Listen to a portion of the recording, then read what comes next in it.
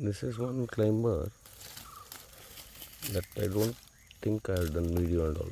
It is having these distinctive little dots on the stem.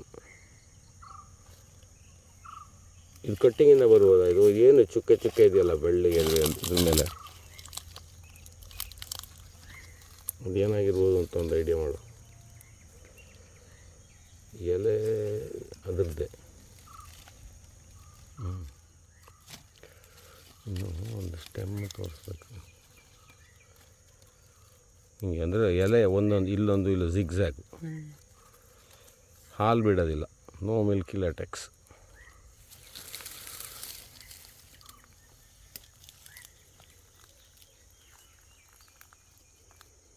ಅವನೆಲ್ಲೋದ? ಹಾಂ, ಇಲ್ಲಿ ಅದೇ ಅಲ್ವಾ ಇದು.